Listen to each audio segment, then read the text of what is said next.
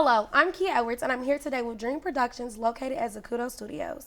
I have the pleasure of sitting here today with Robin, and she's going to tell us a little bit about her podcast and how long she's been doing it.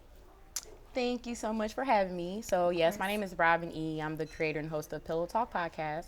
So, it's a podcast aiming, inspiring to inspire people just to think freely and openly. Been doing it for 3 years now, so really happy with the progress for sure. Okay, so tell me your inspiration behind Pillow Talk. Really, in college, it was just a thought that I had about having intimate conversations that you already have within your home in regards to like social status, cultural issues, family life issues. So I felt like Pillow Talk was a good like blanket name to kind of cover everything. So, how often does Pillow Talk air? Once a month, or where can people reach you to tune in? So Pillow Talk airs actually 3 times a week. So I'm on Apple, Spotify, just landed a spot on iHeartRadio. So I'm everywhere, YouTube, so people can tune in anytime. Thank you for visiting us today, Robin.